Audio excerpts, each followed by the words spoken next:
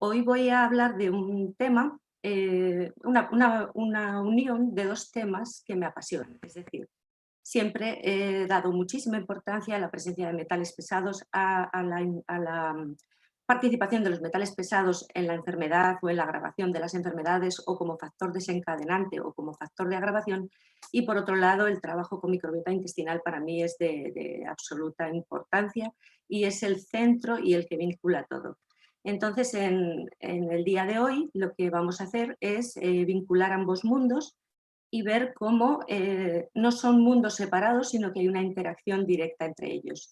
De hecho, siempre que uno enseña aprende muchísimo y el hecho de meterme a profundizar en este campo para poderlo enseñar, pues ha hecho que me dé cuenta de la importancia de vincular estos dos mundos, de que probablemente vayamos encontrando explicación en parte por este tema, por la vinculación de metales pesados y microbiota, a algo que está aconteciendo, que tanto la doctora de la Puerta como yo comentamos en muchas ocasiones, que nos encontramos cada vez disbiosis más terribles, más difíciles de revertir y que tiene que haber factores en el momento actual que estén llevando a esta situación, ¿no?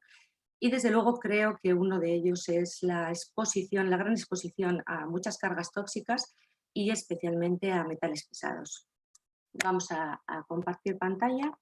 Bien, pues vamos a ver que la carga corporal total, la carga por metales pesados, la exposición a metales pesados, tiene una repercusión directa y provoca una disbiosis por esta exposición, y vamos a ver cómo el estado de la microbiota intestinal tiene un efecto directo en cómo se gestione esa carga corporal total. ¿Se oye? Alejandro, ¿me dicen que no? Sí, sí, sí, va todo bien. Vale.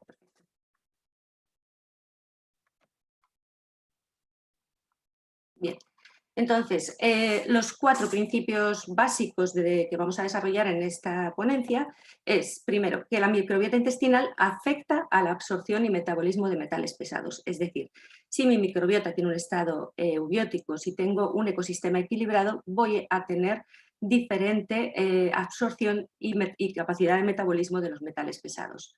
Por otro lado, los metales pesados alteran la composición de la microbiota intestinal y producen una disbiosis intestinal inducida por metales pesados. Como consecuencia, van a alterar los perfiles metabólicos de microbiota intestinal.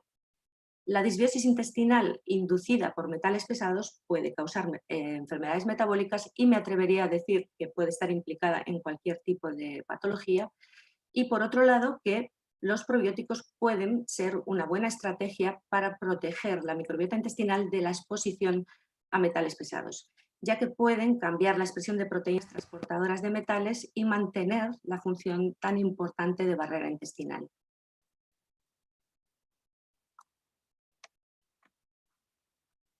Bien. Hay mucha evidencia epidemiológica de que los metales pesados contribuyen al desarrollo de enfermedades metabólicas y a medida que nos metemos a profundizar en este campo, lo que nos damos cuenta es que la mayor parte de la repercusión de los metales pesados en enfermedades metabólicas es por la alteración que estos producen en microbiota intestinal, y esta microbiota alterada es la que produce la mayor parte de las alteraciones metabólicas. La microbiota intestinal, al fin y al cabo, es la primera línea de defensa frente a cualquier tóxico y, por supuesto, frente a los efectos tóxicos de los metales pesados, y hay una relación bidireccional entre ambos. Repito, la exposición a metales pesados altera la composición, función y perfil metabólico de la microbiota intestinal, y, a su vez, la microbiota intestinal altera la absorción y el metabolismo de los metales pesados. Esto también nos lleva al círculo vicioso que nos encontramos muchas veces, y es, si hay mucha carga por metales pesados, vamos a provocar una alteración en la composición de la microbiota intestinal. Esta alteración de la microbiota intestinal nos va a hacer perder capacidad de detoxificación, va a alterar la absorción de estos metales pesados, va a alterar probablemente la barrera intestinal, con lo cual vamos a tener una vía libre desde de los metales pesados a sangre. Es decir, En primera instancia, los metales pesados pueden provocar una disbiosis, pero esa disbiosis va a provocar una mayor absorción y una peor gestión y una peor degradación de los metales pesados. Así nos encontramos muchísimas veces a las personas. ¿Qué ocurre? Que si solo tocamos una de las partes, a veces podemos resolver, pero en muchas ocasiones tenemos que trabajar muy bien una detoxificación, una descarga de toda esa cantidad de tóxicos para poder revertir la situación intestinal. Y otras veces, si el desorden no es demasiado grande o no se ha sostenido suficiente tiempo trabajando sobre microbiota intestinal, se produce una desintoxicación y una buena gestión de los metales pesados y de otros tóxicos a los que estemos expuestos. Bien, entonces, la microbiota intestinal puede afectar a la integridad de la barrera intestinal. Es por ello que una persona con disbiosis y con un aumento de la permeabilidad intestinal va a tener más absorción de metales pesados y más absorción de todo tipo de tóxicos que van a llegar a sangre. Vale, esta diapositiva es muy interesante, resume la totalidad de lo que comentaremos hoy. Nos marca muy bien la relación bidireccional entre los metales pesados y la microbiota intestinal, es decir, la exposición a metales pesados va a alterar, va a afectar a la composición de la microbiota intestinal y va a alterar todo el perfil metabólico de la microbiota. Por otro lado, la microbiota en buenas condiciones, un estado de eubiosis, un estado de equilibrio intestinal, va a poder reducir la absorción de metales pesados y también va a hacer o permite la posibilidad de conversión de los metales pesados a formas más o menos tóxicas, más o menos solubles. Esto, claro está, teniendo una microbiota ebiótica, que por supuesto está influida, esta relación bidireccional, por la dieta, por supuesto por el pH, por la presencia de otros metales, por la edad, por el sexo y por otros factores, ¿vale? La alteración de la microbiota intestinal de la disbiosis inducida por metales pesados incrementa todo tipo de alteraciones metabólicas, procesos alérgicos y asma. Ya digo que sobre lo que he encontrado más referencia y más estudios es sobre enfermedades metabólicas, pero creo que podríamos extrapolarlo a cualquier tipo de patología. De hecho, tengo bastante más experiencia que en metabolismo en enfermedades neurodegenerativas y este cuadro se confirma. Bien, aquí tenemos la posible estrategia de intervenir con probióticos que pueden hacer que podemos promover a través de la administración de probióticos la excreción vía heces de metales pesados y podemos producir enzimas de detoxificación de estos metales. Por otro lado, esto a nivel de los metales pesados.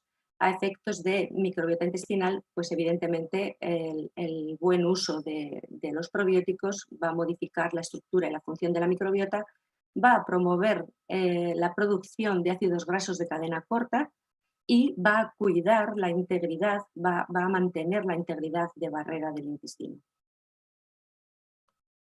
Bien, en los últimos, cada vez escuchamos más, ¿no?, hablar de metales pesados, ya que los efectos tóxicos de los metales pesados cobran interés en los últimos 50 años cuando estamos expuestos de una manera encima acumulativa, cada vez más hay más exposición, pero encima es acumulable. El problema de los metales pesados es que no son biodegradables y entonces persisten en el medio ambiente durante muchísimo tiempo. Ahí depende qué metal pesado puede tener una vida media de 25 años, con lo cual ya no es la exposición actual, sino toda la exposición acumulada. Los más importantes respecto a la salud, aunque es difícil decir esto porque todos son relevantes, son el mercurio, el plomo, el cadmio, el arsénico, el níquel y el zinc. Arsénico y aluminio no son metales pesados, no tienen el peso atómico que los catalogaría, pero se incluyen por su repercusión respecto a la salud. Sería más correcto decir metales tóxicos que metales pesados y así incluimos a arsénico y aluminio, que tienen una relevancia desde el punto de vista toxicológico muy alta. Especialmente para mí, esto ya es por propia experiencia, el mercurio, yo trabajo haciendo mucho mineralograma y entonces, pues bueno, mi experiencia me dice que el mercurio está presente en todas las enfermedades crónicas degenerativas, en enfermedades graves, en todas aquellas que afectan al sistema nervioso y tenemos una altísima exposición. Estamos expuestos por todas las vías, desde la inhalación, la ingestión, dependiendo de la forma química del mercurio, que lo podemos tener de una manera metálica, inorgánica o el metilmercurio, que es el más tóxico, que este es el que viene en los pescados, en los mariscos, es el que tomamos por ingestión. También tenemos una exposición muy alta a mercurio con las amalgamas dentales. Hay quien afirma que son estables, que no liberan mercurio. Yo creo que antes o después una amalgama en la boca da problemas, que en la vida a lo largo de los años es posible que esa aleación se vaya degradando, que puede haber cambios de pH en la boca que modifiquen y que hagan que se pueda liberar el mercurio, pero mi experiencia es que las personas con amalgamas dentales tienen carga tóxica por mercurio.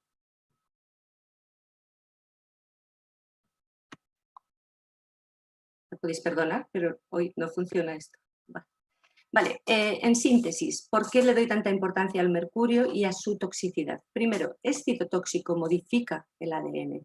Es neurotóxico, cosa que ya os digo encontramos en todos los pacientes con patología neurodegenerativa, en todos los niños con autismo hay presencia de mercurio.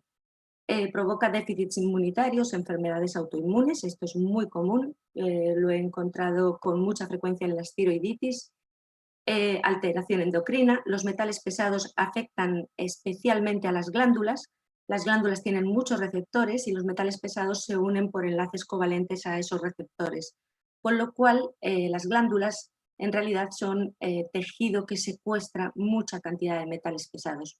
Por lo tanto, en enfermedades, en alteraciones endocrinas es uno de los puntos que tenemos que revisar. Es tóxico para el sistema reproductor, es tóxico intrauterino, atraviesa la barrera placentaria, es tóxico para el sistema cardiovascular y es tóxico para músculos y especialmente para terminaciones nerviosas del músculo. Tiene especial importancia también en fibromialgia y en el síndrome de fatiga crónica. En todos los síndromes de sensibilidad central creo que al menos tenemos que revisarlo, hacer un mineralograma y confirmar o descartar este tema. Vale. He encontrado muy gratamente un montón de estudios. Realmente este tema hace unos años no era fácil encontrar estudios que vincularan estos dos mundos, pero en los últimos años, en 2019 y 2020 especialmente, hay un montón de estudios que vinculan la relación de ciertas disbiosis con las alteraciones de microbiota. La mayor parte de estudios evidentemente están en animales, desde ratones, pollo, pescado, etc. Esta gran cantidad de estudios lo que han hecho es confirmar las complejas interacciones entre microbiota y metales pesados.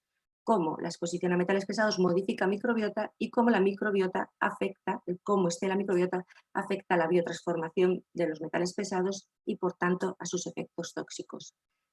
Nos tiene que quedar muy claro que alguien con una microbiota alterada, con una disbiosis intestinal, tiene muchísima más absorción de metales pesados, tiene mucha menos capacidad de degradación de xenobióticos y por tanto está mucho más expuesto. Por eso, en muchos casos nos encontramos que personas que están expuestas a la misma situación, pues unos desarrollan enfermedades y otros no. Ahí interviene, por supuesto, la capacidad de detoxificación y especialmente la detoxificación hepática, pero el estado de la microbiota para mí es probablemente el factor más relevante.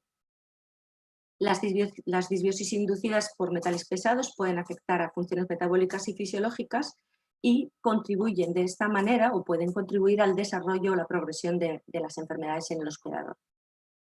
Por ejemplo, sabemos que el cadmio induce disbiosis intestinal que agrava la lesión hepática, ya que aumenta la permeabilidad intestinal, con lo cual el primero que paga el pato cuando hay un aumento de permeabilidad intestinal es el hígado.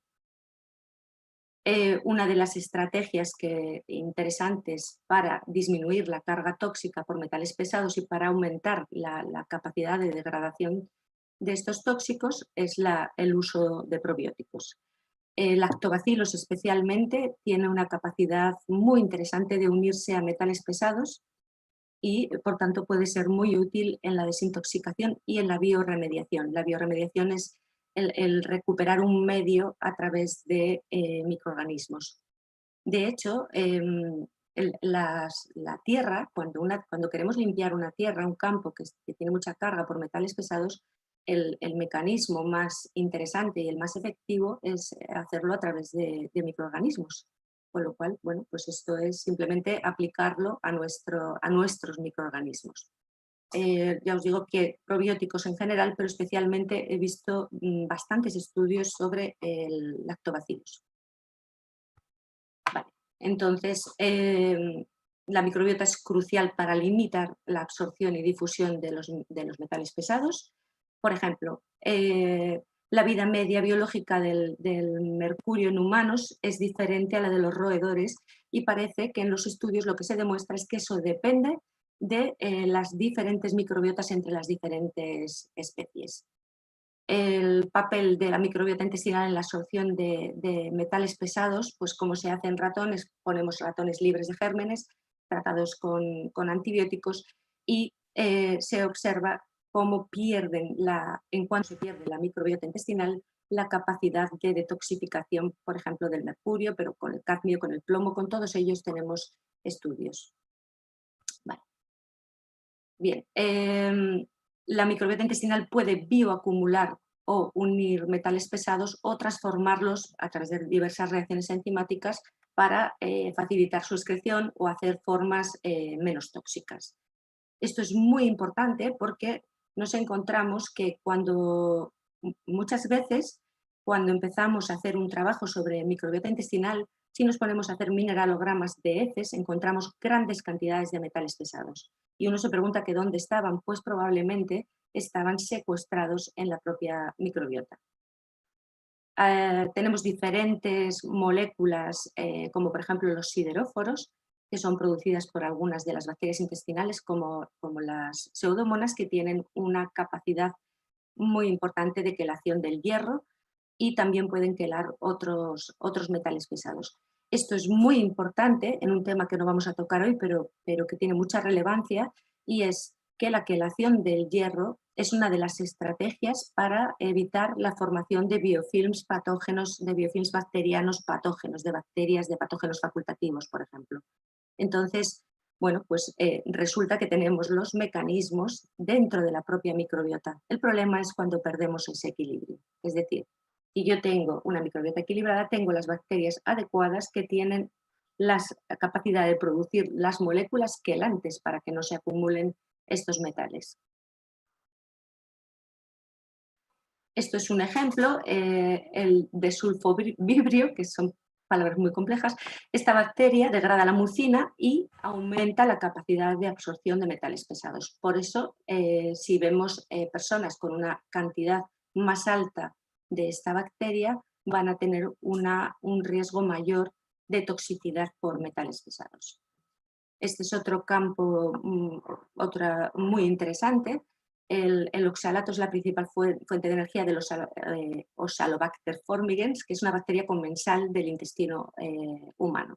Bueno, pues esta bacteria es capaz de unir iones de plomo para formar oxalato de plomo, que es insoluble, y así se reduce su absorción. Es decir, en este caso, la presencia de esta bacteria es favorable para poder excretar el plomo.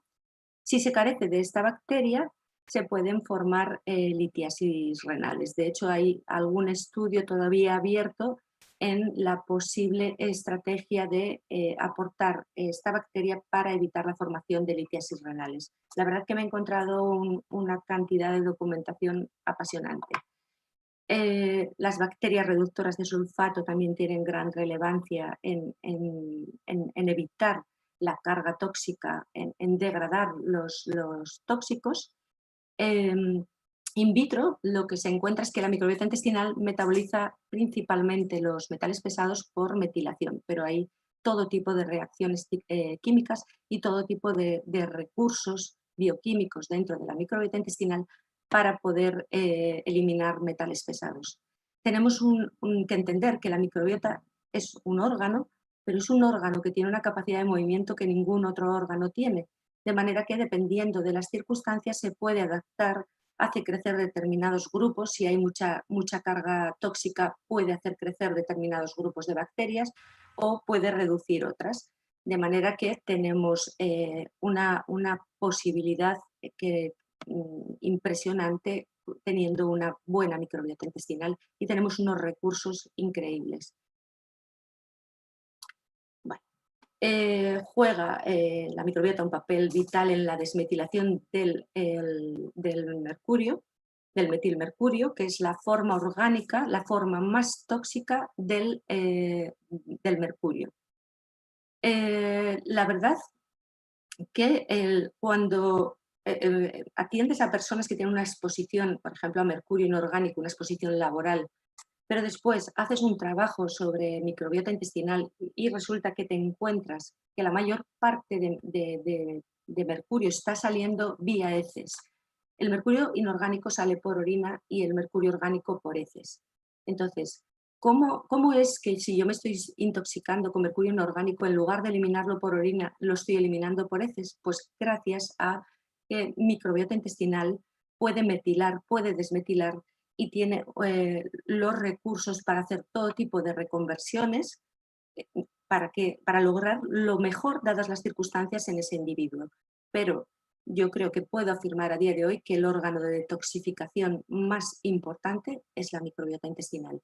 Y, a su vez, una microbiota intestinal disbiótica con un desorden muy grande puede ser el foco de intoxicación más fuerte al que podemos estar expuestos. No hay toxicidad externa tan potente como tener una disbiosis en la que tenemos una producción diaria de amoníaco, de alcohol, de escatol, una superproducción de aminas biógenas y de un montón de tóxicos.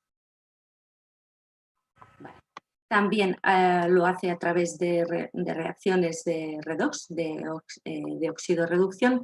Aquí os he puesto, dejo un momentito la diapositiva, un par de artículos muy interesantes para comprender el baile entre distintos compuestos de arsénico que ocurre a través de la intervención de microorganismos. No me puedo extender porque se me acaba el tiempo.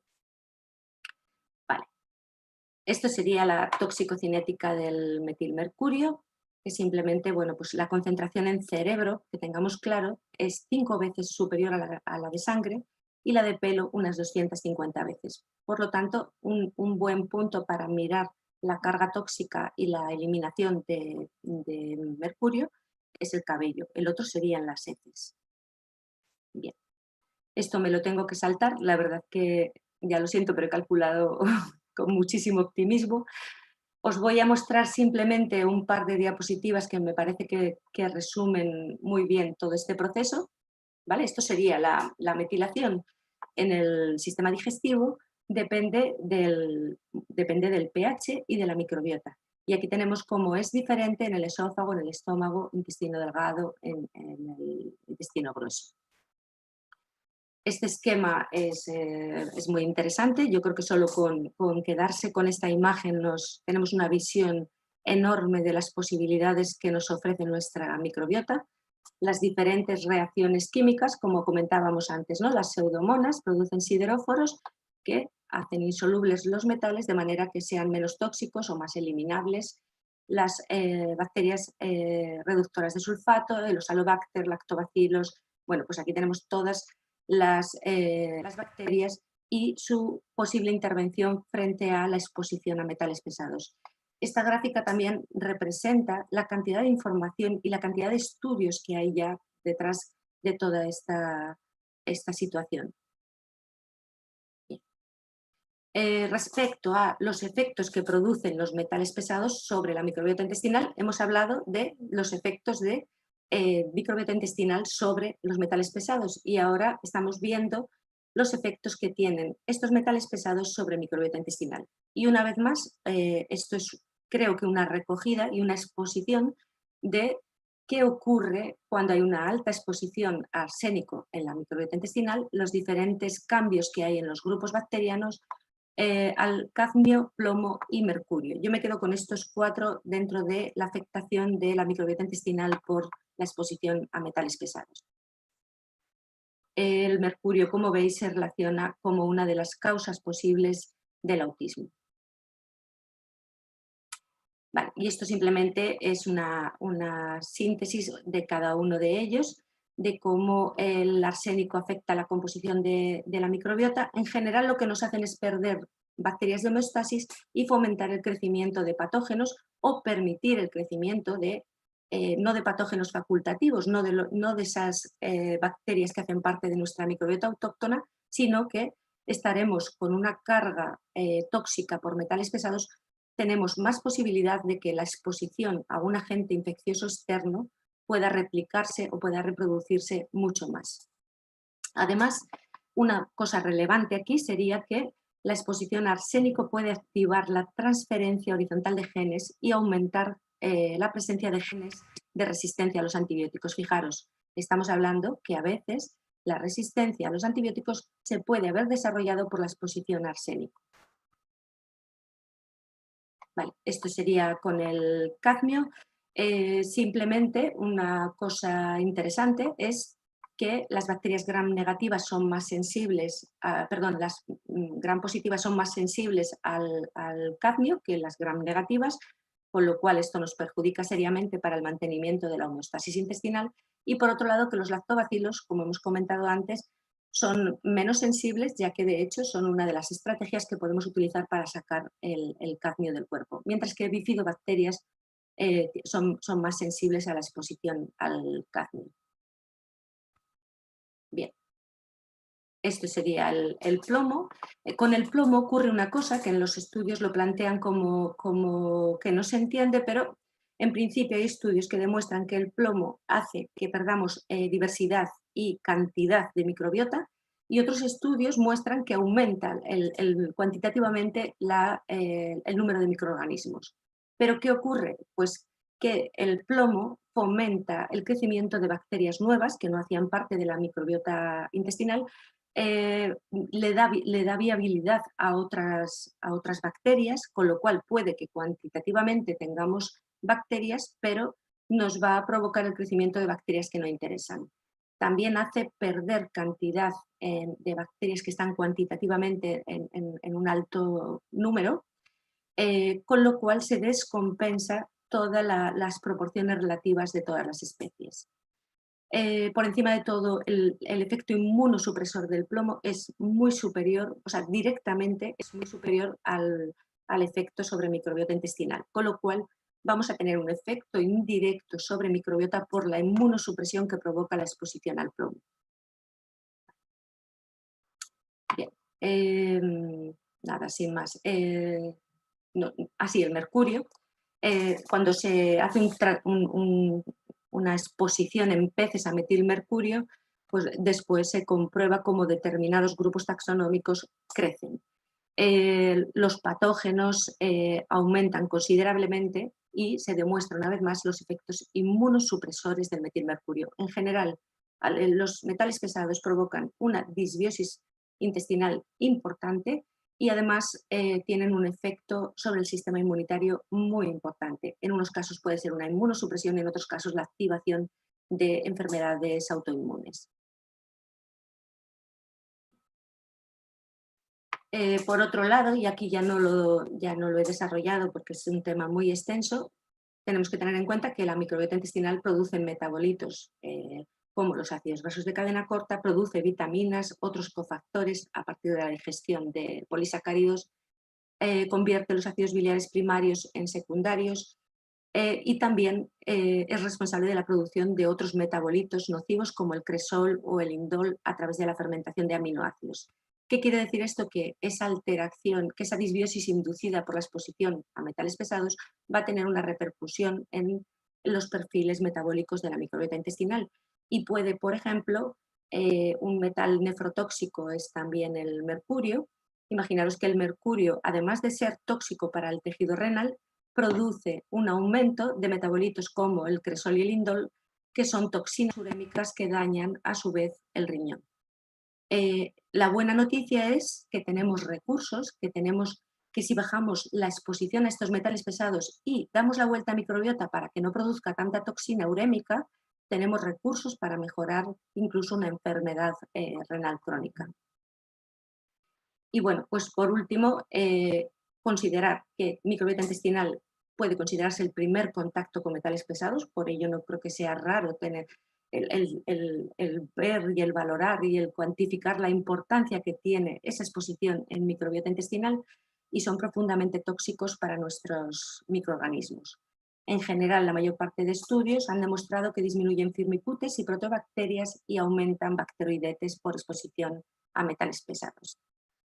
Y aquí os he puesto en negrita algo muy importante, y es que en este estudio se demostró que cadmio, plomo, cobre y aluminio causaron cambios en la microbiota intestinal de los ratones, que son, por supuesto, dependientes del metal y del tiempo de exposición.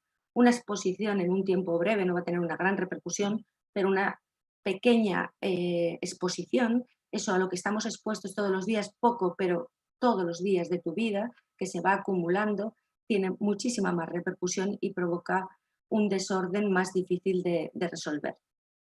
La exposición a estos metales provocó una disminución de Akkermansia, que ya creo que todos sabemos de la importancia y la relevancia de Akkermansia en todos los procesos metabólicos, que está siempre baja también en todos los trastornos del espectro autista, con lo cual muchas veces nos encontraremos que no podemos levantar una Akkermansia si no detoxificamos esa carga por metales pesados. Y que una vez más nos metemos en ese círculo vicioso.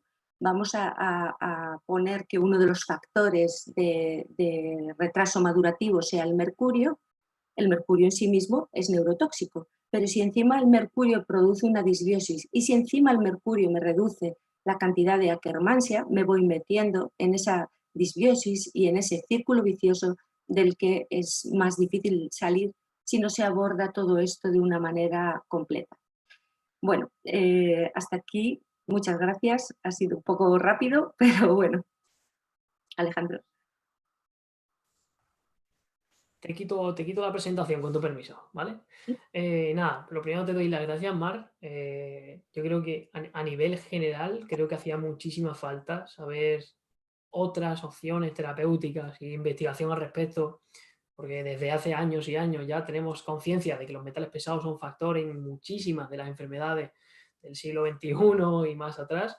Entonces creo que es súper necesaria que se divulgue esta información y desde la escuela te repetimos 1000 veces que estamos encantados de trabajar contigo por la profesionalidad y las ganas y la inquietud de docencia que tienes siempre, ¿vale? Muchas Entonces, gracias, Alejandro.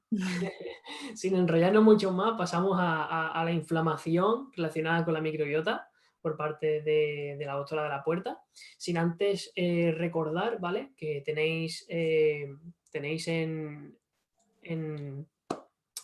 el chat, podéis dejar vuestras preguntas, ¿vale? Y si queréis continuar ampliando información sobre esta temática o sobre temas relacionados con la microbiota, que todavía quedan alguna beca disponible del curso avanzado de microbiota y salud intestinal, ¿vale? Tenéis toda la información en la descripción. Y sin más, Lola, cuando quieras puedes empezar. A ver, voy a compartir mi pantalla. Vale. Yo, después de la interesante exposición de Mar, voy a centrar, hay algunas cosas que voy a comentar, igual que cosas que han salido por parte de ella, ¿vale?, que las voy a sacar yo, pero bueno, yo voy a ir por el camino puro del nexo y comunicación entre la microbiota y la inflamación. La inflamación es el primer síntoma o el primer elemento importante con el que se rompe el delicado equilibrio que supone la homeostasis intestinal. He puesto estas tres fotos, que son un poco los tres pilares fundamentales que sustentan esta homeostasis intestinal. El pilar central, por supuesto, es el de la microbiota. Luego estaría la capa de mucus que tapiza el epitelio intestinal alberga la microbiota y todo lo que vive estable en el intestino, protegiendo el epitelio intestinal y teniendo una función metabólica y moduladora de la inflamación, que es un poco lo que vamos a comentar hoy, muy importante. Y el tercer pilar sería el propio epitelio intestinal, la funcionalidad del epitelio intestinal, cómo está la inmunomodulación, la inmunorespuesta, los fenómenos de tolerancia antigénica, que ahora explicaremos lo que es, y la permeabilidad intestinal. Estos serían los tres pilares principales cuyo delicado equilibrio mantiene la homeostasis intestinal y determina el estado pro o antiinflamatorio dependiendo de cómo están cada uno de ellos.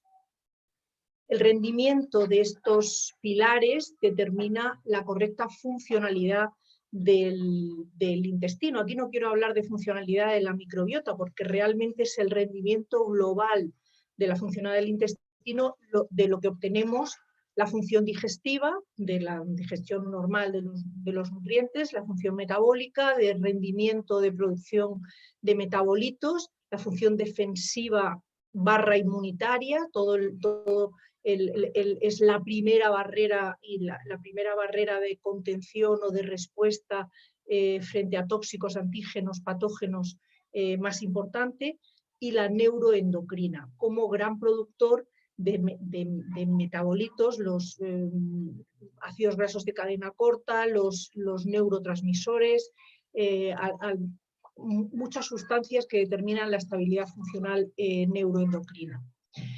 Vale, en el contexto de la inflamación vamos a comentar los determinantes antiinflamatorios y proinflamatorios, ya sí que aquí concretando dependientes específicamente de la microbiota.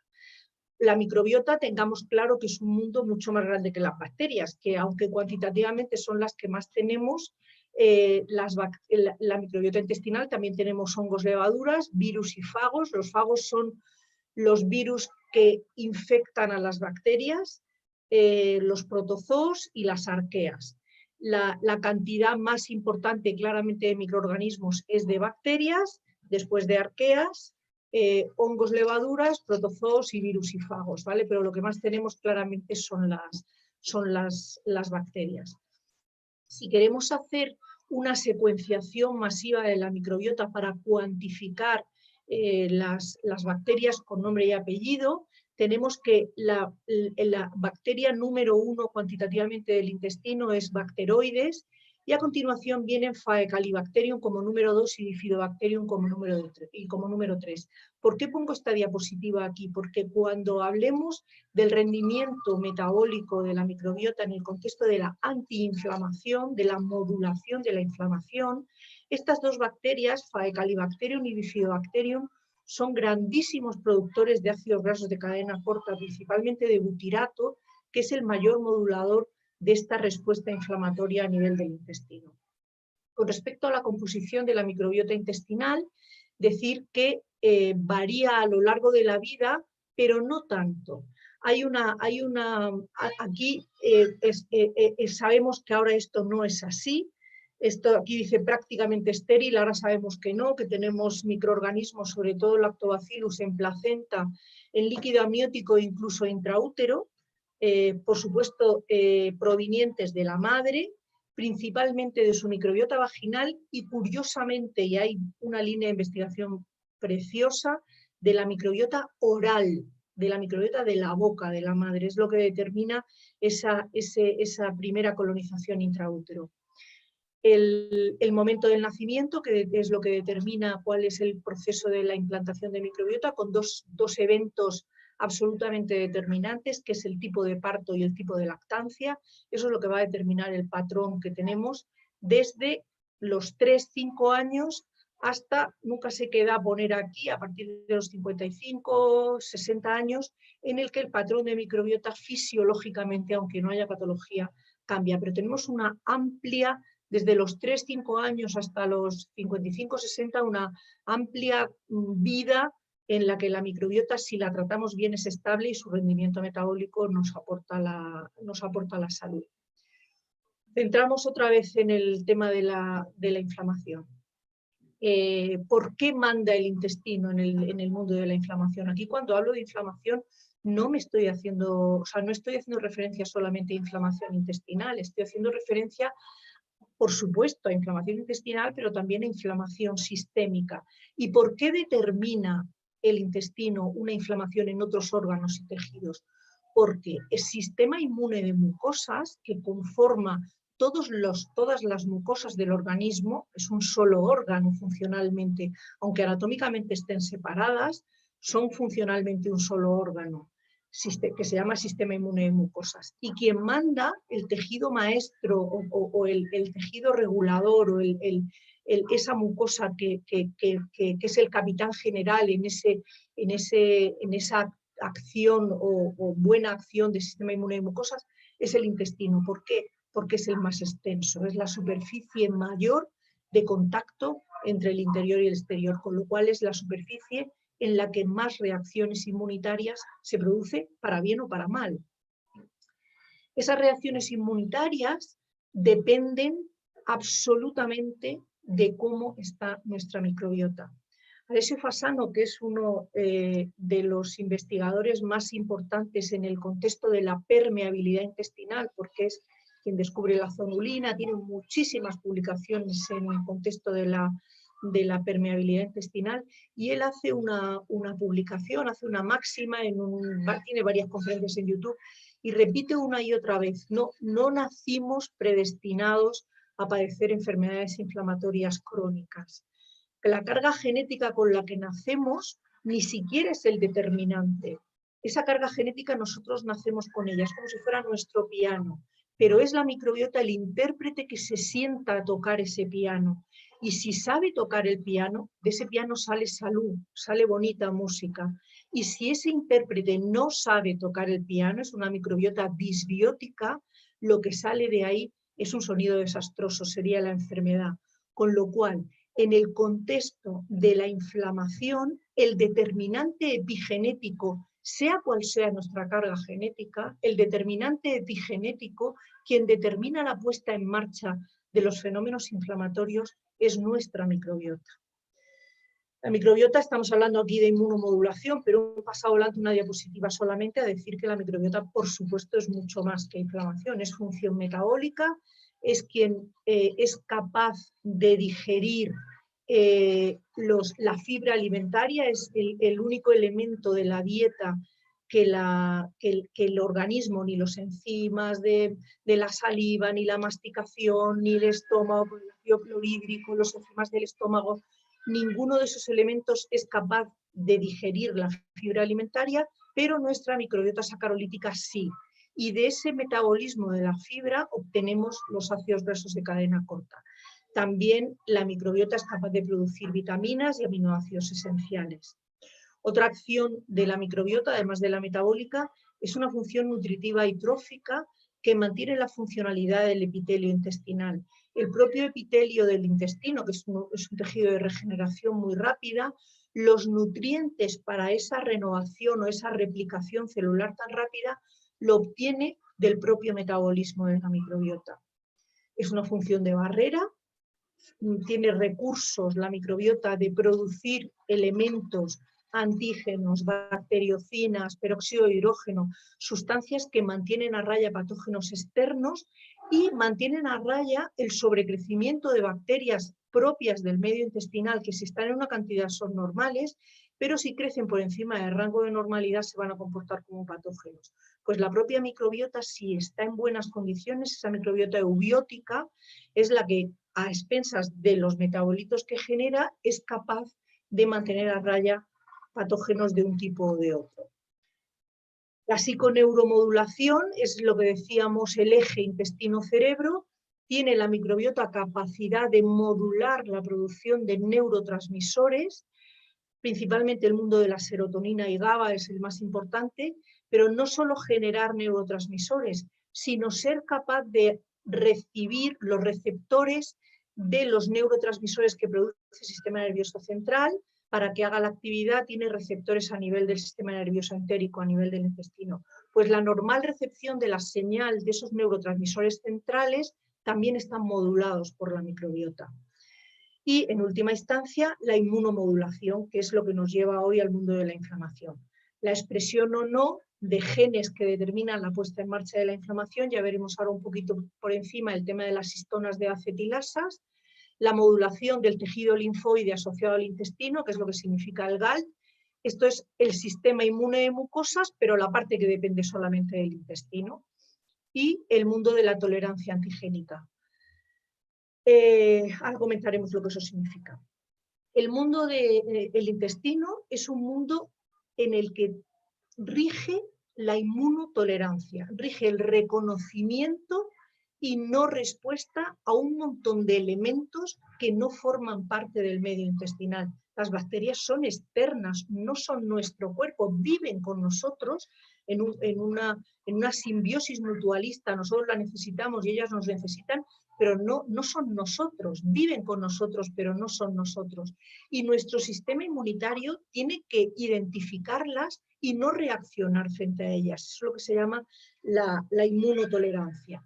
Bueno, pues en el epitelio intestinal lo que predomina es ese ambiente de tolerancia inmunológica, mediado por las células T reguladoras que permiten esa continua exposición o comunicación con elementos que no forman parte de nuestro organismo sin que todo el rato esté el sistema inmunitario reaccionando.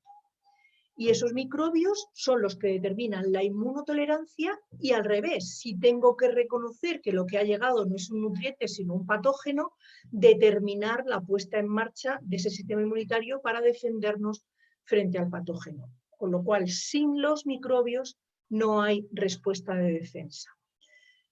Doy por supuesto que para que esa respuesta sea fisiológica, esa inmunotolerancia sea fisiológica, tenemos que estar en un escenario de eubiosis, no podemos estar en un escenario de disbiosis, porque aquí esos fenómenos de estabilidad, reconocimiento y respuesta están completamente desestructurados. Centrémonos en la función inmunitaria del sistema inmunitario, de la microbiota, perdón. He hecho aquí un esquema de lo más importante y ahora desglosaré 2 o 3 cosas que me parecen más relevantes, pero ¿cuáles son principalmente dentro de todas las funciones de la microbiota, cuál es específicamente la función inmunitaria de la microbiota? El mantenimiento trófico de la capa de mucus. Hemos dicho que la capa de mucus que tapiza el epitelio intestinal es un escudo protector del epitelio, con lo cual físicamente es un modulador de respuesta inflamatoria. Estimula la proliferación de células inmunitarias de forma específica, el normal funcionamiento de los linfocitos intraepiteliales, el normal funcionamiento de las células de Paneth, de la célula M de las placas de Peyer, de las células dendríticas, en fin, todo lo que es la estructura de célula inmunitaria, la microbiota determina su normal funcionamiento. La respuesta del GALT, que decíamos, el tejido linfoide asociado al intestino, en inglés la primera letra de cada una de las palabras, estimula la acción fagocítica de los macrófagos, modula desarrollo y diferenciación de órganos linfáticos, la respuesta, todo el mundo de citoquinas estabilizando respuesta TH1, TH2, y una acción importantísima en el contexto de defensa y prevención de itis. Itis, infección / inflamación.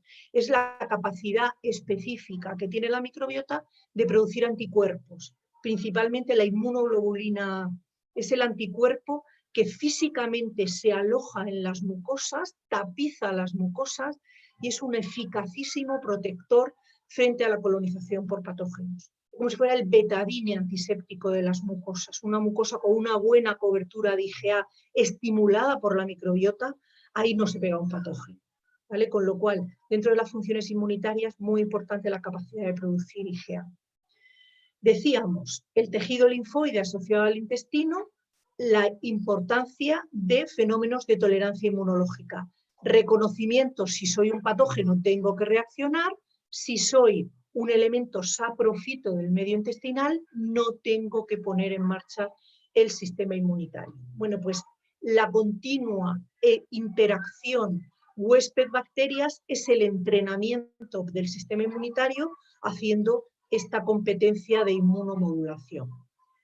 Esa microbiota, para que sea eubiótica y tenga el buen rendimiento inmunitario que estamos comentando, el medio intestinal tiene que ser anaerobio, fisiológicamente anaerobio y fisiológicamente ácido, que son dos elementos completamente diferenciadores al resto de órganos y tejidos del organismo, que viven justo en situaciones de aerobiosis, necesitan oxígeno nuestras células para vivir, pero en el intestino no, está adaptado por un sistema que no voy a entrar ahora, a vivir en anaerobiosis sin oxígeno, y lo mismo el resto del organismo es ligeramente alcalino, pero el intestino y la vagina sería el otro sitio del mundo orgánico que vive fisiológicamente en un medio de acidez.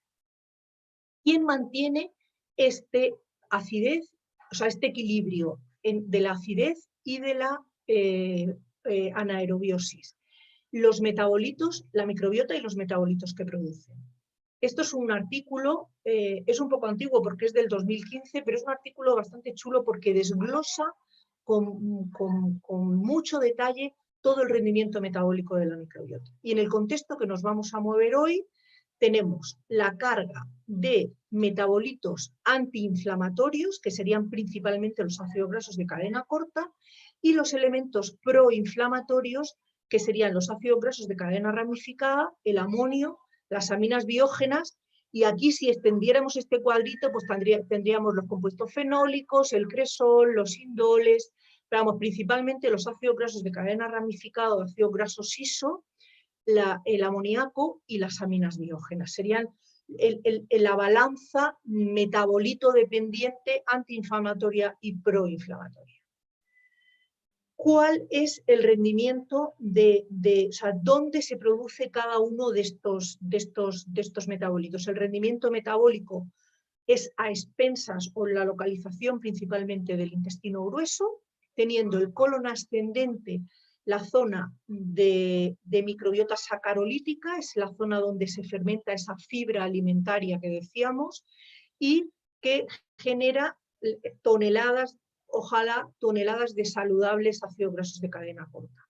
En colon transverso la tasa de fermentación es algo más lenta porque hay menos disponibilidad de sustratos que han sido ya consumidos en esta zona de colon ascendente. Y el final, el colon descendente, aquí es donde tendríamos la colonización o la carga de colonización de la microbiota proteolítica. Esa microbiota proteolítica, su rendimiento metabólico ya no es la fermentación y sacarolisis como sería en esta parte, sino es la proteolisis. Y de esa proteolisis es de la que obtenemos esta carga de metabolitos proinflamatorios, con lo cual en un intestino eubiótico el predominio de microbiota y el predominio funcional tiene que ser de colon derecho, de colon ascendente. Esta es la microbiota que tiene que ser predominante. Y esta microbiota es importante porque necesito la degradación final de proteína por parte de estos proteolíticos, pero esta carga de microbiota tiene que ser muy poco importante cuantitativamente.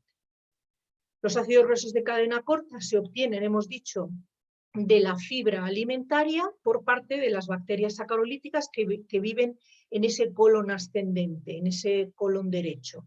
Se generan ácidos grasos de cadena corta que determinan o que sirven de sustrato energético tanto para el propio intestino como para el organismo en general. El 90% de la demanda energética del epitelio lo cubren los ácidos grasos de cadena corta. Y con respecto al organismo en general, los ácidos grasos de cadena corta soportan o aportan 10-15% de la demanda energética ya de todo el organismo. En este proceso de fermentación y sacarolisis se generan gases. Si los gases que se generan son CO2 e hidrógeno, los dos de arriba, esos 10 litros de gases que fisiológicamente se producen todos los días, con CO2 e hidrógeno, que sería el rendimiento normal en la producción de ácidos grasos de cadena corta, con un predominio, decíamos, de la sacarolisis, aquí no hay problema, porque esos gases se reabsorben, se reutilizan, no dan ningún problema. ¿Qué guerra tenemos? A lo mejor incluso con el mismo volumen de gas, cuando hay una inversión en el rendimiento metabólico de la sacarolisis beneficiosa a la proteolisis, que ya me empieza a dar guerra porque son metabolitos proinflamatorios, Los gases que empiezo a obtener son metano y ácido sulfídrico. Entonces, el cambio de estos gases, CO2 e hidrógeno, por metano y ácido sulfídrico, es lo que genera un gatillo, un punto de salida en el tema de la inflamación. Son gases muy proinflamatorios. Lo ideal es bacterias sacarolíticas y producción de ácidos grasos de cadena corta. Estos ácidos grasos de cadena corta, el butirato es el más importante. Y las diferentes bacterias que producen unos u otros tienen que vivir en simbiosis entre ellas. Vuelvo a la diapositiva anterior, fijaros que el ácido graso de cadena corta que más tenemos es el acetato. Sin embargo, el que tiene mayor rendimiento metabólico, trófico, antiinflamatorio, de todas las bondades del mundo mundial es el butirato. Y sin embargo, la producción directa es solamente 10-15%, la menor de todas. ¿Qué ocurre? Que sabiamente la microbiota, además de esta producción directa de butirato, ahora vemos por qué bacterias, tiene otras bacterias que hacen rutas intermedias, lo que se llama el cross-feeding entre las bacterias, hacen rutas intermedias que convierten el acetato en butirato, con lo cual, aunque el rendimiento directo en la producción es solamente del 10-15%, esos metabolitos, perdón, esa microbiota que se encarga del cross-feeding lo que hace es reconvertir el acetato en butirato para tener la mayor carga de butirato que podemos. Por lo cual, todas cogiditas de la mano, el rendimiento de bacterias productoras de ácido graso de cadena corta viviendo en simbiosis. Centrémonos en el butirato como el ácido graso de cadena corta más importante en el contexto de la antiinflamación, de la modulación de respuesta inflamatoria. Fijaros este artículo que dice efecto de los ácidos grasos de cadena corta, a ver si se me ha desplegado aquí una cosa que ahora no lo veo. Bueno, en la modulación de la inflamación, en la producción de mediadores inflamatorios de la inflamación. Bueno, pues todas las células implicadas, las leuquinas, interleuquinas, TNF, o sea, todas las citoquinas implicadas. ¿Y cuál es el ácido graso por excelencia? Butirato, butirato, butirato, en la modulación antiinflamatoria de toda esta células, estructuras implicadas en respuesta inflamatoria.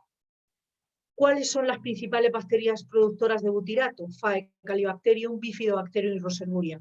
Cuando os he enseñado en la diapositiva de la secuenciación masiva de la microbiota, hemos visto que Faecali es la número 2 cuantitativamente del intestino y Bifidobacterium la número 3 del intestino. De ahí la importancia de la estabilidad de estas bacterias en el contexto del total de la microbiota y con respecto al rendimiento metabólico en la producción de butirato y el control de inflamación. Acciones del butirato, muchas. Decíamos, aporte energético para el epitelio intestinal. Síntesis, estabilidad y síntesis de las glucoproteínas, de las proteínas MUC2 que conforman la capa de mucus. Modulador de la microbiota, control y mantener a raya los patógenos. Esto lo hace de forma directa y de forma indirecta porque como todos los ácidos grasos de cadena corta, su pKa es muy ácido, con lo cual al contribuir al mantenimiento del pH ácido en el medio intestinal, eso en sí mismo, aunque no es una acción directa, pero de forma indirecta sí modula o previene la colonización por patógenos, que sería un poco este circulito de aquí.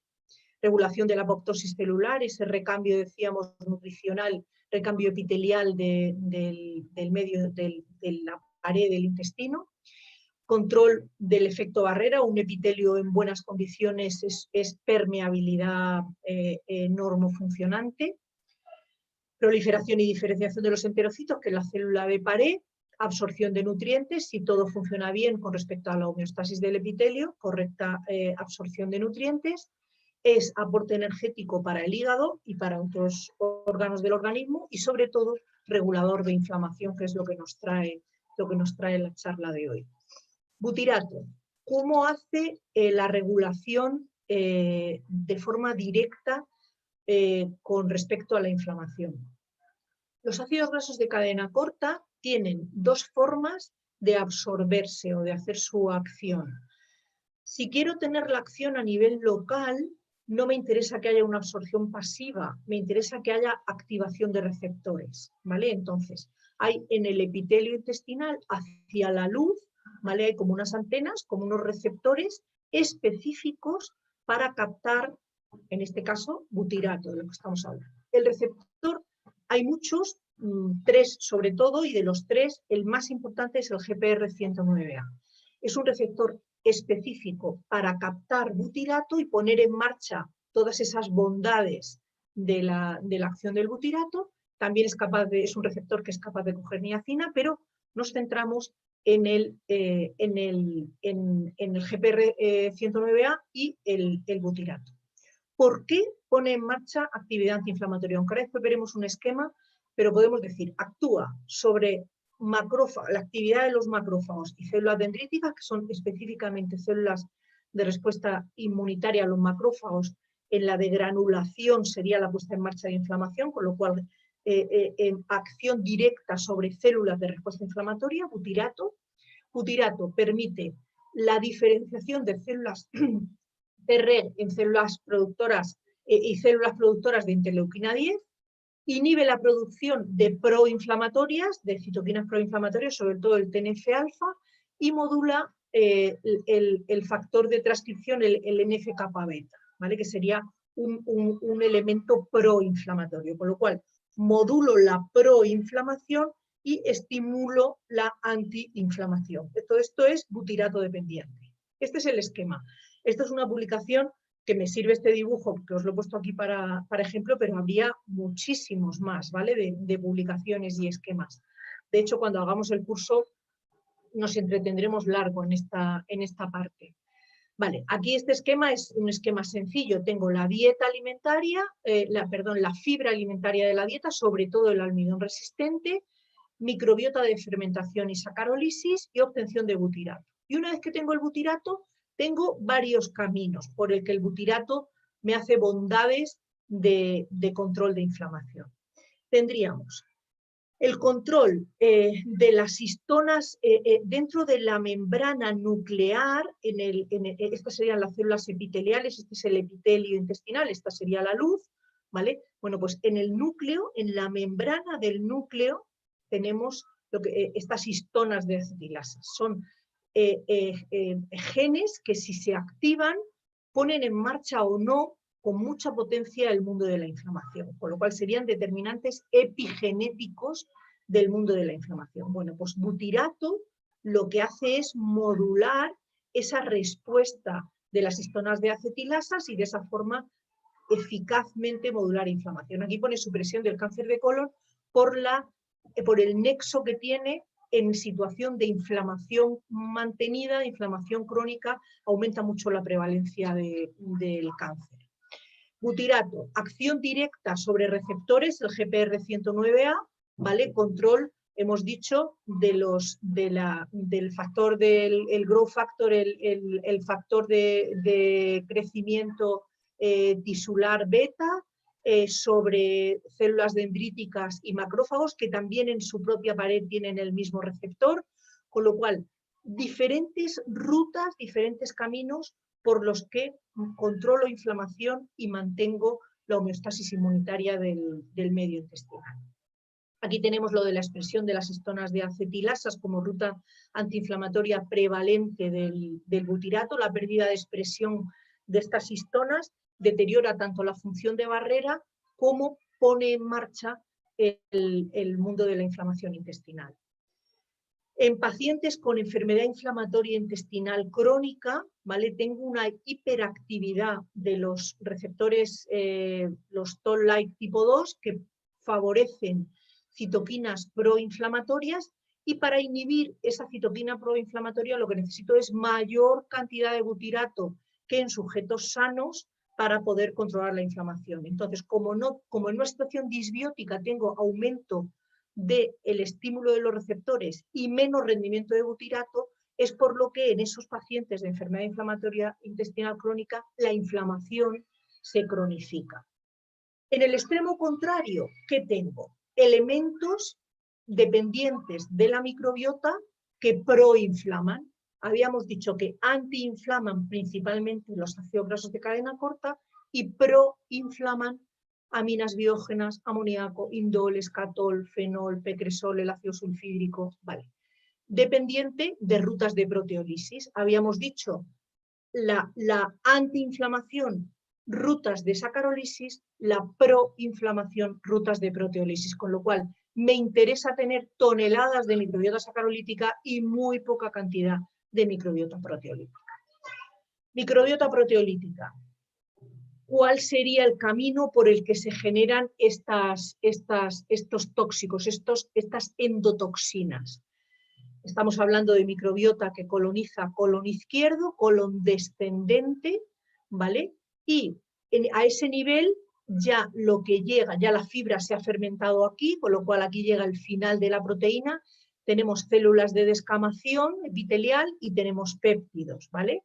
Entonces la microbiota proteolítica actúa sobre esos elementos y dos caminos, desaminación y decarboxilación, obtengo por el camino de decarboxilación aminas biógenas, dañinas, ¿vale? Ahora comentaremos un poquito.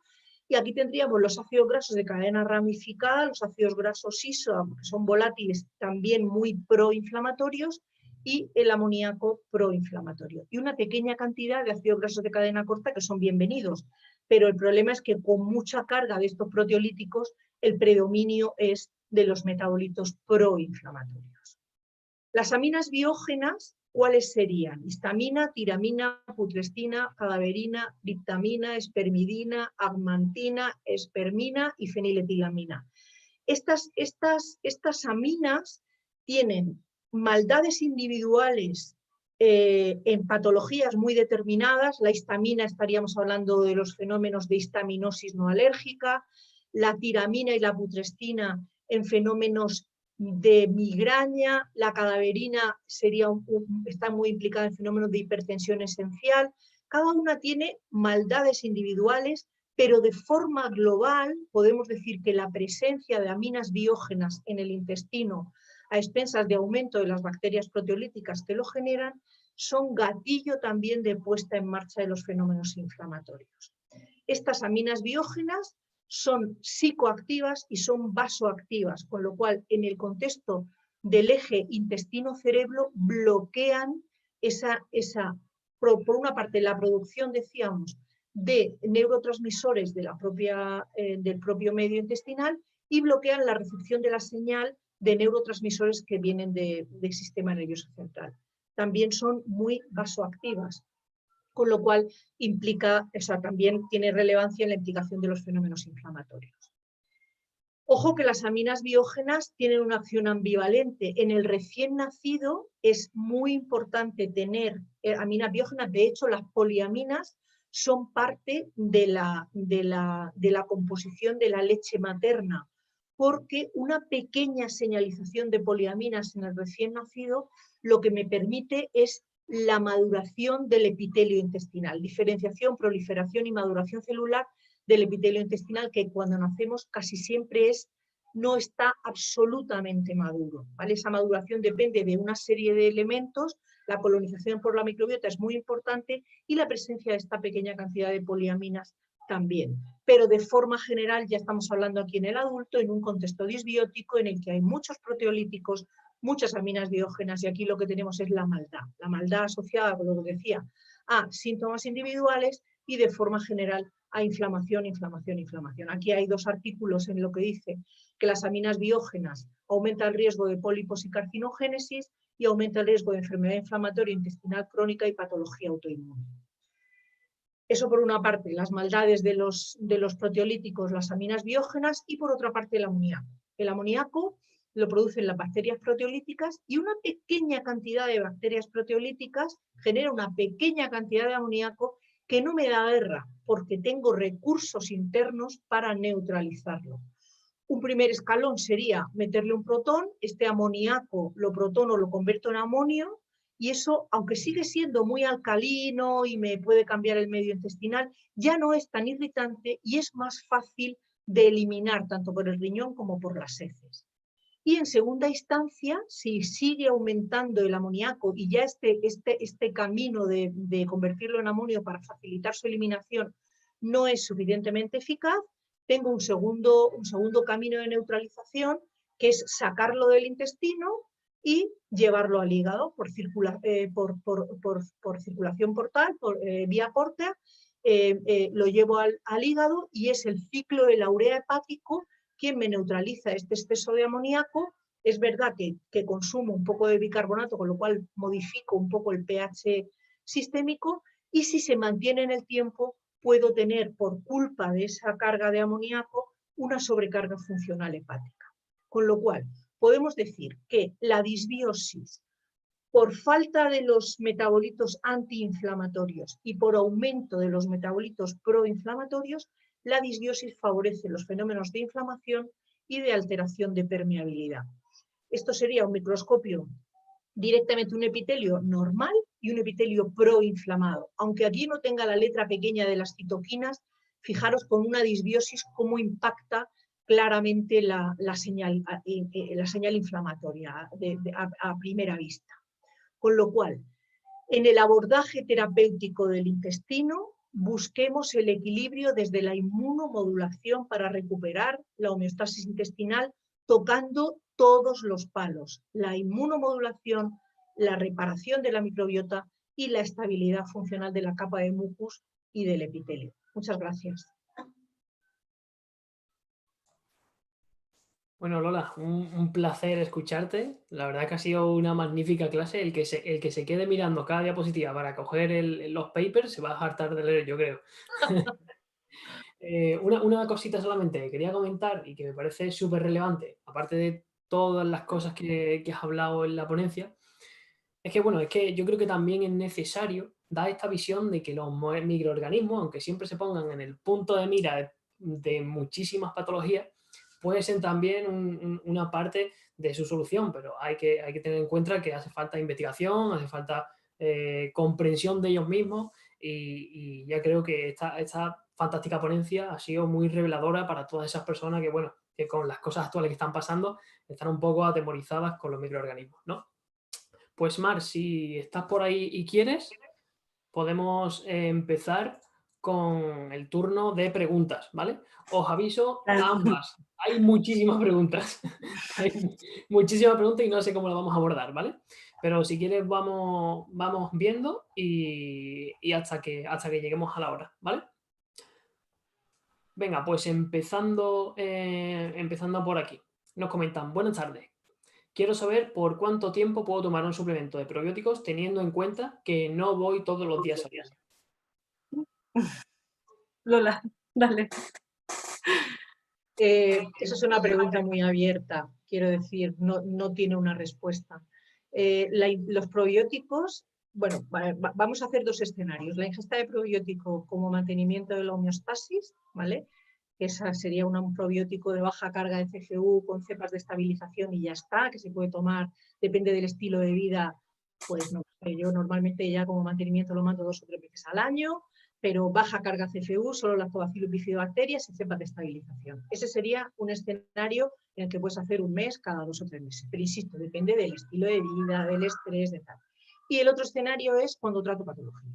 Cuando trato patología, ¿cuánto tiempo se pueden tratar los probióticos? ¿Cuánto se pueden tomar los probióticos? Yo qué sé, depende de la patología, del patrón de disbiosis, del impacto inflamatorio, de las cepas que esté utilizando, porque puedo utilizar a lo mejor ese mismo probiótico de estabilización que decíamos, lo puedo tener de fondo y luego estar señalizando con otros probióticos secuencia de acciones en diferentes fases que quiero hacer diferentes cosas, con lo cual, ¿cuánto tiempo? Lo determina la patología, lo determina el patrón disbiótico del paciente y la evolución del paciente, porque es verdad que no todos los intestinos evolucionan de disbiosis a eubiosis a la misma velocidad, y eso no es ni bueno ni malo, ni el paciente va peor ni va nada, cada uno lleva su ritmo y el intestino en general se mueve despacio. No te puedes programar a muy largo plazo porque hay que escuchar la respuesta, que lo hemos insistido en el anterior curso todo el tiempo, que no hay un protocolo, que es que hay que ir escuchando sobre todo a la persona, hay que ir escuchando sus síntomas, y aquí también otro factor, igual la edad, ¿no, Lola? Claro. Una persona mayor pues necesitará todo el tiempo o de manera discontinua un aporte probiótico, porque es fisiológico, ¿no?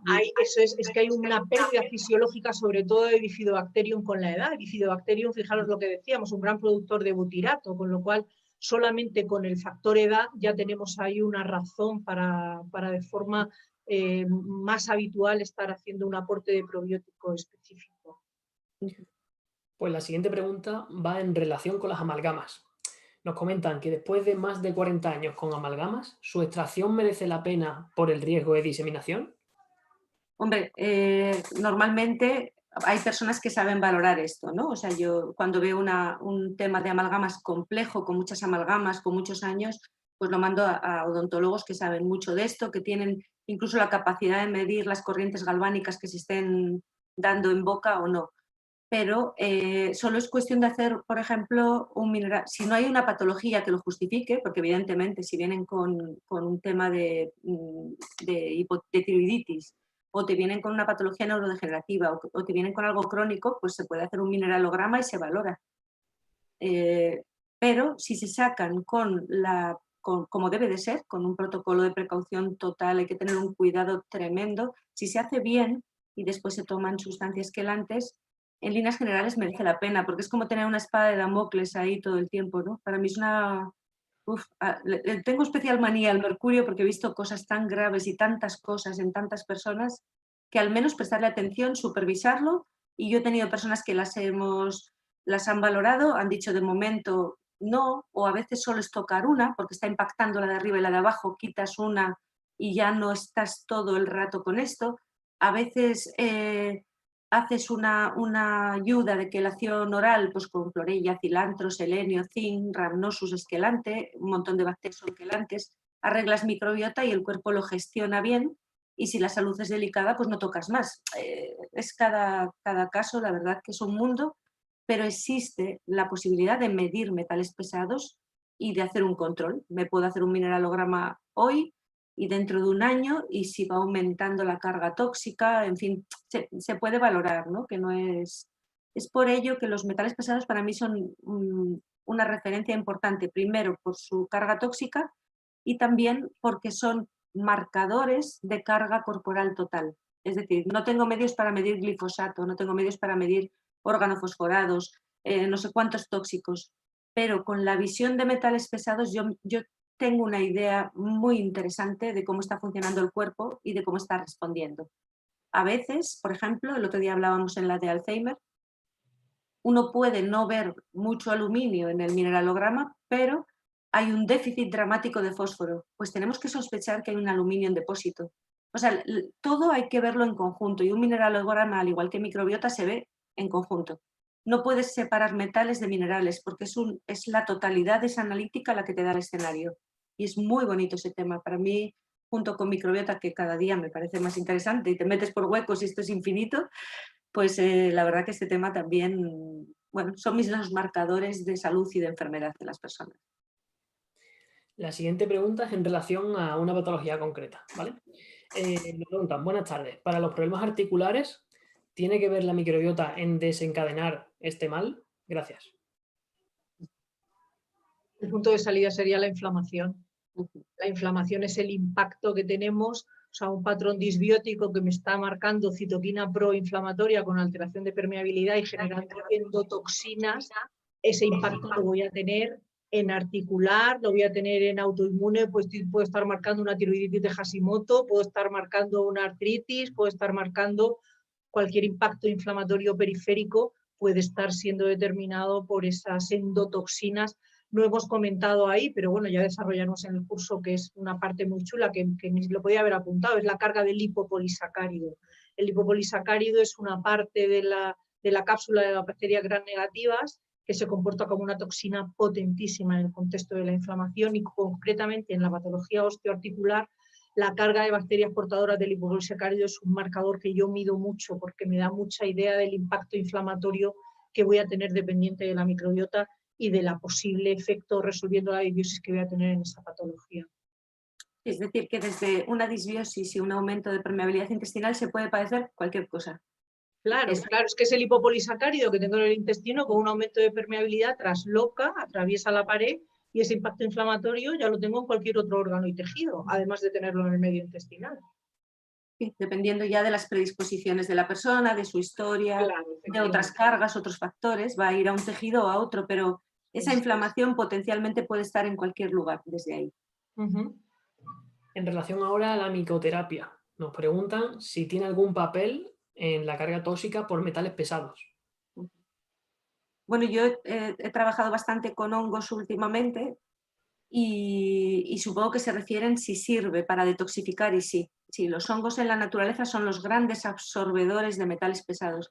Por eso he hecho muy buena amistad con los hongos, porque al unificar estos dos mundos, pues ha resultado que el utilizar los hongos como elemento prebiótico también me sirve para simultáneamente detoxificar metales. Y entonces hemos encontrado cambios en el escenario del intestino, en la analítica, increíbles sin haber metido ninguna otra cosa que los hongos. O sea que sí, son un elemento interesante en la detoxificación por metales. Tenemos hongos que también modulan directamente la inflamación, como es la melena de león, directamente moduladores de inflamación intestinal. Yo es mi producto por excelencia para sellar permeabilidad. La melena, ¿verdad? La melena de león. Pero una vez arreglado un poco el medio y sacar la toxicidad. Es que sacarla de salida no tiene sentido. No tiene sentido, sí.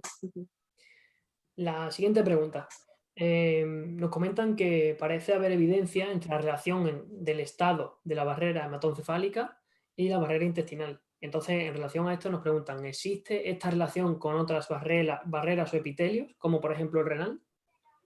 Claro, pero es lo que hemos comentado del sistema inmune de mucosas. Todas las mucosas del organismo, renal, pulmonar, gelitourinaria, vulvovaginal, hematoencefálica, mamaria, todas las mucosas del organismo son un solo órgano, aunque anatómicamente estén separadas, con lo cual el impacto de inmunotolerancia que ocurre en uno, puedo tener la respuesta en otro. Por eso desde el intestino tratamos cistitis y desde el intestino tratamos bronquitis y otitis de repetición en los niños. Esa es la visión necesaria que a veces, bueno, lo hemos comentado muchas veces en el año anterior, ¿no? Que hay que tener una visión de mucho más amplia de órganos, ¿no? Le cuesta a las personas como considerar la microbiota como un órgano, el sistema inmune de mucosas como un órgano, los grandes sistemas inmuno, endocrino, nervioso, ¿no? Esa visión muchísimo más amplia, es que si no esto no se comprende. No, nosotras creo que además de una manera individual hemos trabajado siempre cada una por su camino y cuando nos juntamos nos entendemos, hemos llegado casi a las mismas conclusiones. Y somos unas rolleras cuando nos juntamos. Bueno, imagina, ¿no? Y es verdad, es esa visión de conjunto, porque cuando ves que alguien profundiza en microbiota y lo reduce todo a esta bacteria para esto, esta para lo otro, yo creo que tanto a Lola como a mí nos dan ganas de llorar, porque es estropear todo el conocimiento. Es que no funciona así. No funciona Quien así. se lo plantea así no ha entendido nada. Así es. Así es. Vale, en relación a alimentos, ¿vale? Nos pregunta, ¿cuál es la recomendación del consumo de carnes y pescados, mariscos, teniendo en cuenta el contenido de mercurio? Bueno, ahí simplemente se valora que el pescado sea pequeño, ¿no? O sea, que la carga de mercurio está mucho en los grandes pescados por la bioacumulación. Tampoco hay, si tienes una microbiota sana te puedes permitir mucho más. Si tienes una disbiosis, cuanto menos, mejor, por supuesto, ¿no? Y cuanto menos procesados, envasados, ultraprocesados, etcétera, etcétera. O sea, tu capacidad de toxificación se pierde dramáticamente en un contexto de disbiosis. Entonces, eso, pero bueno, sí que se puede evitar. Hay cosas como fáciles, ¿no? Yo suelo decirles, todo lo que se puede comprar en vidrio, no lo compres en lata. Todo lo que sea pez pequeño va a ser mejor que pez grande. Todo lo que sea, pues no sé, más ecológico, lo no envasado. Muchas veces un alimento maravilloso lo estropeamos solo con envasarlo al vacío, porque ya hay un gas que se tiene que utilizar más el plástico caliente, en fin. Claro, y el plástico además se le pone siempre algún aditivo porque al ponerlo al vacío normalmente ese alimento cambia de color. Entonces, para que no cambie de color, echan algún aditivo y entonces ahí qué tontería, ¿no? O sea, ¿qué más me da? Pues un filete me lo compro en directo, no tengo por qué comprarlo al vacío. ¿Sabes? Eso es. Hemos perdido buenas costumbres que son muy fáciles, ¿no? Que envasado lo mínimo, lo más fresco posible y reducir. No nos ha dado tiempo porque es muy poquito espacio, pero yo no he hablado de, no es lo mismo tener una carga por mercurio y que esté acompañado de plomo, aluminio, etcétera, que solo sea mercurio y un solo metal. puntual, porque todo esto después se extiende hasta el infinito en el estudio. Es que es entre exponencial, ellos. la acumulación es exponencial, no es un sumatorio, la pelota se hace... Así es. La siguiente pregunta es en relación a niños autistas y TDA. ¿Qué aconsejáis, ya que se intuye de que puede haber algún problema con metales pesados?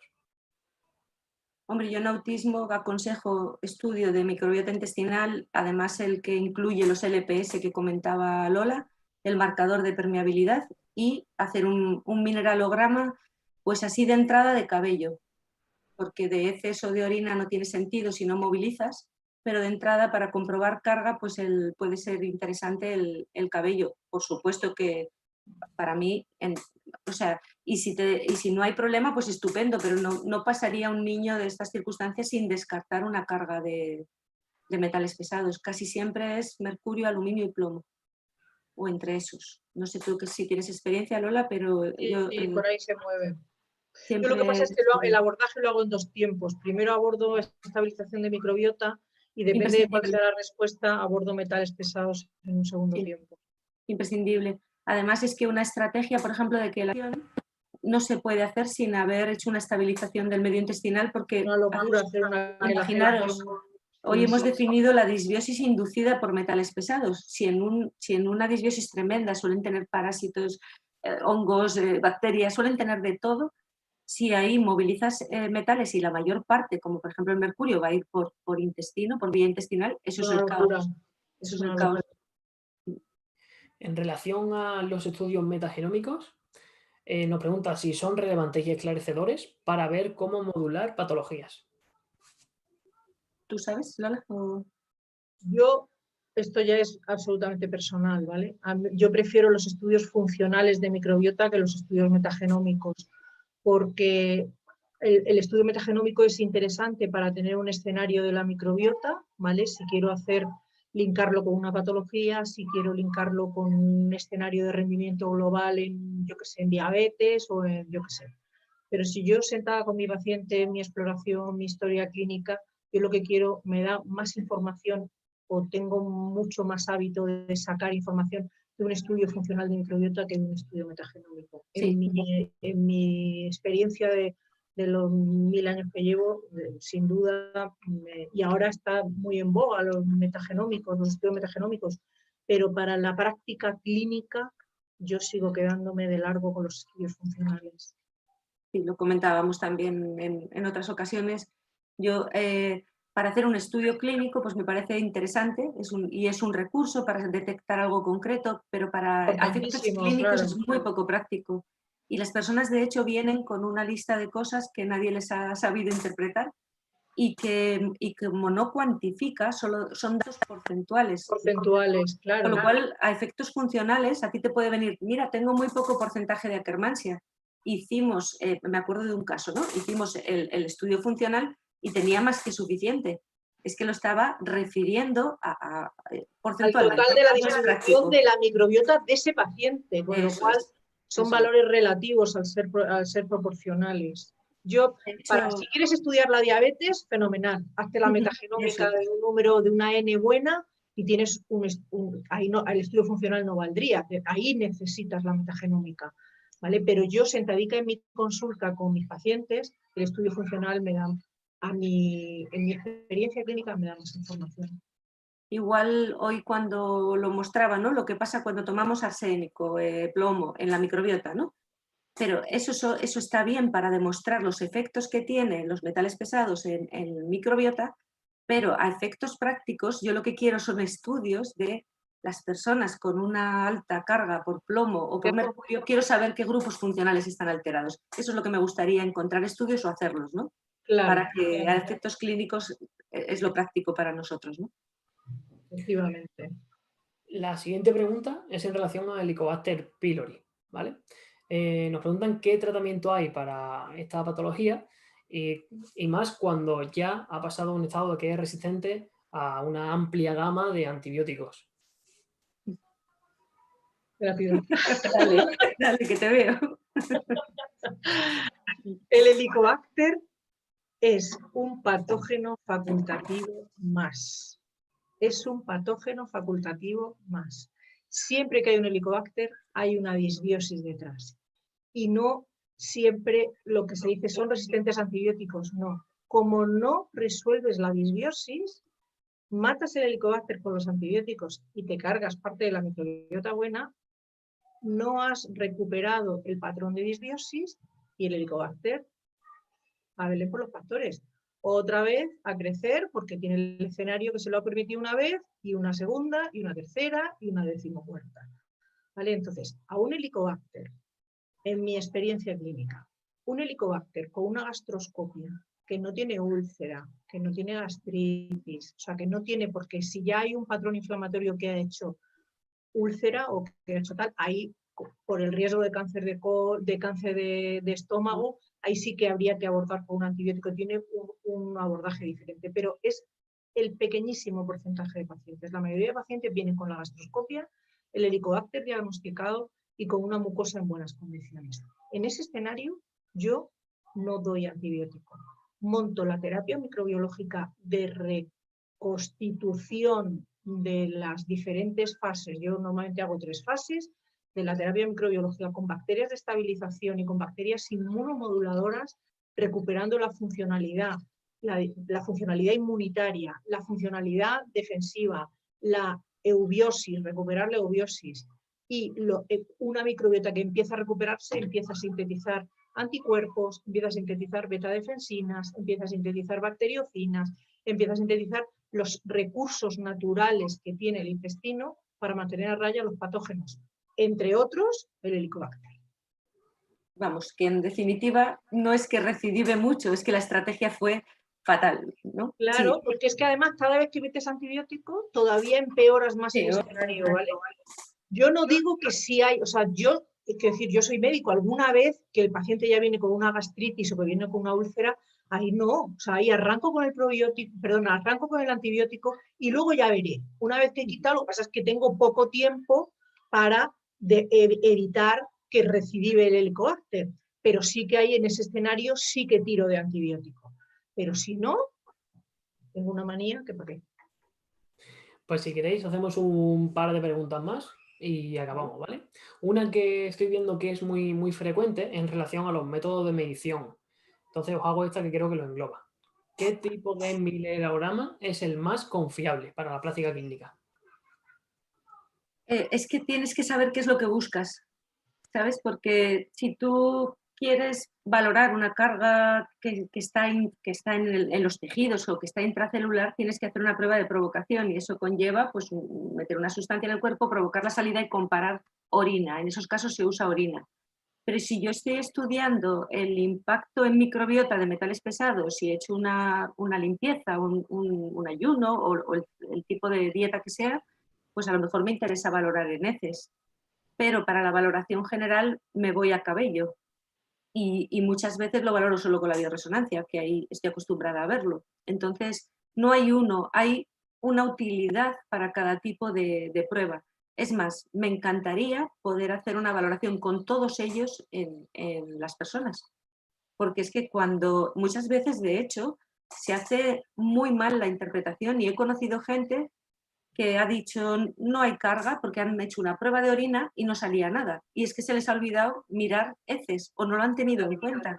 Entonces la visión total sería con todos los tejidos posibles. O sea, pero ya, bueno. Pero es que también estamos muy mal acostumbrados a interpretar una prueba unitaria y de esa prueba unitaria hacer un este. Y eso no es se así. nos olvida que no es así, que el paciente, si no te da la prueba lo que estás buscando, tienes signos indirectos que te permiten confirmar la sospecha por otro camino. Entonces, o sea, seamos un poco mente abierta a la hora de tener un paciente delante. Hay veces que tienes una clínica disbiótica y por alguna razón la analítica no te lo ha dado. Bueno, pues hay que trabajarlo como si la tuviera. Y luego hay veces que se repite la analítica y sale después. Eso así es. Y luego da la cara. Hay que tener un poco el margen del paciente como una entidad global, no porque me ha salido esto mal, lo tiene mal, me ha salido bien, no lo tiene mal. No, pues a lo mejor te ha salido bien, pero lo tiene mal y no lo que tú decías, este de búsqueda no ha sido lo adecuado. Y muchas veces se dan las situaciones más paradójicas. Por ejemplo, en autismo suelen dar los mejores mineralogramas de cabello. pero lógicamente es porque son malos detoxificadores, si no lo sacan, se lo guardan. Y esto se comprueba muy fácil, trabajas un poco con ellos movilizando, haces otro mineralograma y ¡boom!, se disparan cosas como el mercurio, ¿no? Pero conozco en una asociación en concreto que se hizo un estudio buscando a ver si se correlacionaba metales pesados y autismo, y como dio todos estupendos, se cerró la investigación y ahí acabó todo. Entonces no suelen fallar las pruebas, suelen fallar los planteamientos, los planteamientos. Sí, sí, así es. Vale, pues la última pregunta también era de marcadores, pero vamos a mejorarla. Vamos a decir marcadores y sintomatología que se vea en el paciente, en estos casos en concreto, que preguntan sobre disbiosis intestinal. ¿Marcadores? Espérate, no sé si lo he explicado muy bien. ¿Qué tipo de marcadores o qué tipo de sintomatología se puede interpretar, ¿vale? Para decir, bueno, pues esta persona tiene un cuadro claro, tanto analíticamente como a nivel de síntomas, de disbiosis? Síntomas: piel, digestivos, neurológicos, control de estrés, sueño, cefalea. Todos esos son síntomas asociados a disbiosis. Yo, de hecho, cuando hago la historia clínica voy por paquetes. O sea, en piel, si hay cuadro de dermatitis, si hay sequedad, si hay picores en intestino, digestiones pesadas, gases, lengua saburral, diarrea, estreñimiento, no sé cuánto, voy síntoma por síntoma, por órganos y sistemas, determinando escenario clínico, que además pregunto cada vez que vienen a revisión a consulta. Y luego, con respecto a analítica convencional, tengo marcadores clásicos, por ejemplo, yo qué sé, de hígado, pues no siempre se me van las transaminasas, ¿vale? Pero un colesterol bajo, un colesterol por debajo de 160, de 150, me está diciendo disbiosis con mal funcionamiento hepático. O unas transaminasas que suben un poquitín y me dice el paciente, las tengo así, dice, pero no me suben de 50, 40, 50, y de ahí no me suben, las tengo hace ya muchos años, pero el médico me dice que no me preocupe, que mientras no se pongan en 300, que se ponen con la hepatitis, que no me pasa nada, que es un síntoma indirecto de impacto hepático de un cuadro disbiótico. Y luego en una analítica propia de microbiota, pues ves los perfiles disbióticos. Es que es muy amplio. Yo creo que otro concepto que tenemos que dejar claro es que disbiosis no es una cosa, hay o sea, cada persona primero tiene una microbiota única y cada disbiosis es única y en cada momento. Un patrón y un impacto. Por lo que tú decías antes de la labilidad, el mismo patrón disbiótico, hay pacientes que hace un cuadro digestivo y otros pacientes que hacen una psoriasis, y es un patrón disbiótico muy parecido, pero porque el punto débil, yo qué sé, pues a lo mejor es por la capa bilipídica de la conformación de la piel del paciente que hace psoriasis, o por lo que decíamos de las histonas de acetilasas, que lo está haciendo peor, esa epigenética la tiene más sensible, entonces ese paciente con esa disbiosis, en vez de hacer una psoriasis, hace una inflamatoria crónica intestinal, pero eso ya eso hay que individualizarlo absolutamente.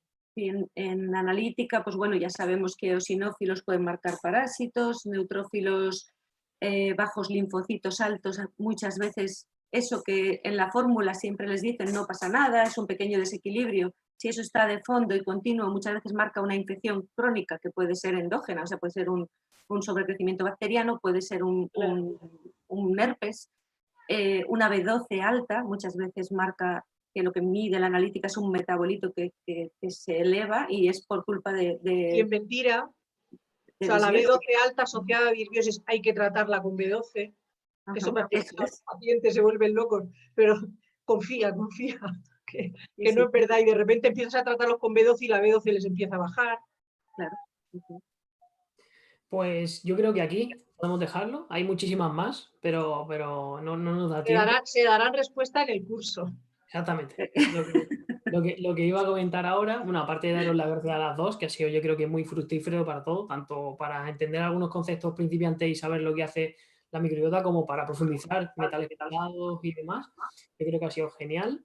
Una cosilla que quiero decir antes de que acabemos esta clase es que para todos los que quieren seguir escuchando información tanto de microbiota como de otros campos de la salud, que se suscriban al canal, que todos los jueves y todos los domingos subimos un nuevo vídeo, que suelen ser clases o ponencias como las de hoy de Lola y de Mar, ¿vale? Y que eso, que empezamos este curso de microbiota y salud intestinal, es un curso avanzado que va a durar unos 2 o 3 meses, creo, y que todavía quedan algunas becas disponibles, o 4, perdón, y que todavía quedan algunas becas disponibles, así que tenéis toda la información, tanto de los contactos de las ponentes, que seguramente lo vayáis a preguntar, lo tenéis abajo en la descripción, como del curso también, por si queréis informar, si tenéis cualquier duda, igual que antes podéis preguntarnos a info@esiacademy, ¿vale? Así que, sin más, muchas gracias a todos los que habéis estado aquí viéndonos y compartiendo este momento con nosotros, que habéis sido un montón, y muchas gracias otra vez a las ponentes, y seguro que el curso será muy, muy, muy fructífero para todos. Así que hasta la próxima. Muchas Muchas gracias. gracias. Gracias. Adiós.